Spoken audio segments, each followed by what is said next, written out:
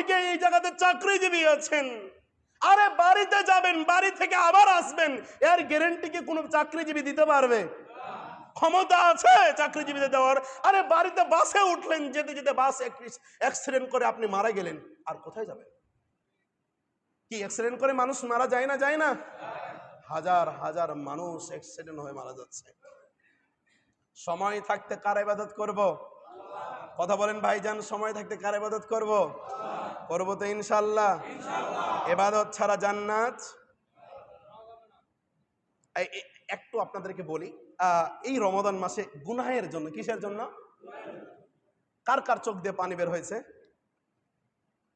না জেনে কেউ হাত তুলবেন না। এই যে কয়েকটা নামান, মাশাআল্লাহ বারাকাল্লাহ, হ্যাঁ, চিন্তা করে দেখেন, রমাদান আজকে 23, সর্বোচ্চ 60টা, কয়টা? সর্বনিম্ন 6টা। হাজার কানলেও 8টা হবে না।